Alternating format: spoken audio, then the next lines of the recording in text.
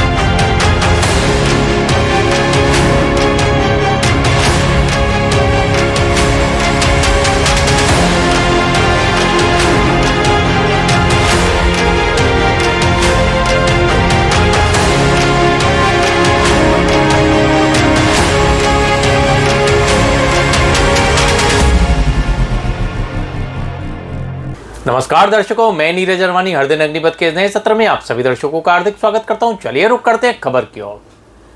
दर्शकों, पिछले 2.5 से 3 वर्षों के अंतराल में उल्हासनगर के जो हालात हैं वो बद से बदतर हो चुके हैं।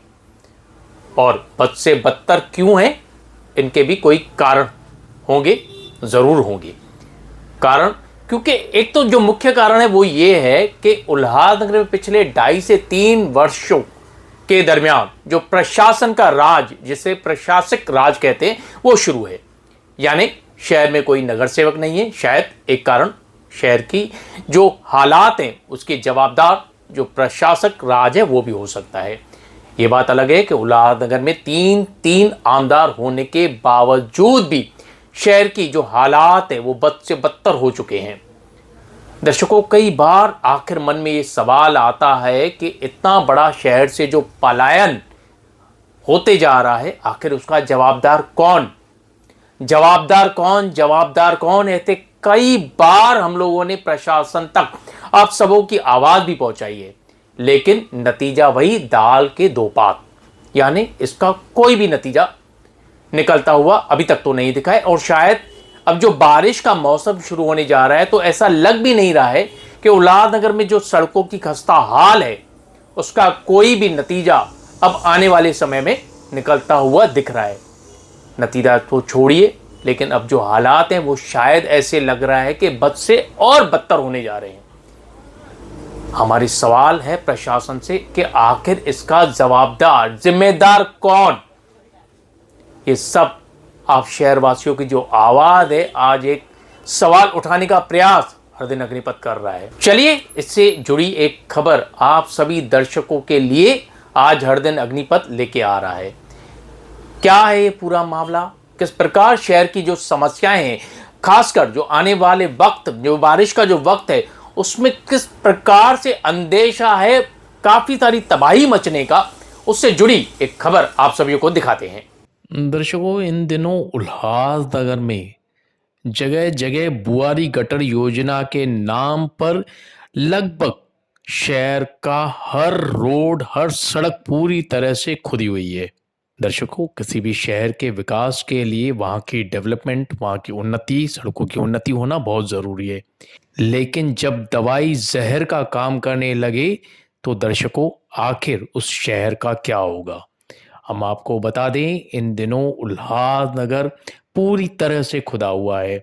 कहीं कहीं तो नौबत यहाँ तक है कि 10-10, 20-20 फीट के खड्डे उल्लासनगर में बुआरी गटर योजना के नाम पर किए गए हैं। भगवान न करे बारिश के दौरान, क्योंकि अब बारिश पूरी तरह से शुरू हो चुकी है, इस बारिश के दौरान अगर इन गड्ढों में पानी भर जाता है और ये गड्ढे दिखाई नहीं देते हैं और इस दरमियान कोई वाहन चालक का वाहन उस गड्ढे में गिरता है, तो नज़ारा सोचिए आप क्या हो सकता है। वहाँ के दृश्य आप अपने मन में लाइए कि वे दृश्य क्या हो सकते हैं। अब जो हालात लग रहे हैं वो लग तो नहीं रहा कि किसी भी तरीके से ये जो गड्ढे हैं वे 3 या 4 या 10 दिन में भरे जाएंगे। दर्शकों, उल्लासनगर में काफ़ी सारी राजनीतिक पार्टियां बड़े बड़े दावे करती है। उल्लासनगर के आयुक्त द्वारा काफ़ी बड़े बड़े दावे किए जाते हैं, लेकिन हर दिन अग्निपथ का सवाल शासन से, प्रशासन से, उल्लासनगर के तीनों आमदारों से, पूर्व नगर सेवकों से, बड़ी बड़ी राजनीतिक पार्टियों से आखिर सवाल यही है कि भगवान न करे कोई अगर कोई बड़ी घटना या दुर्घटना घटती है, किसी भी कारणवश अगर कोई वाहन चालक इन गड्ढों में गिरता है, तो आखिर इसका जिम्मेदार कौन? जिम्मेदार कौन? जिम्मेदार कौन?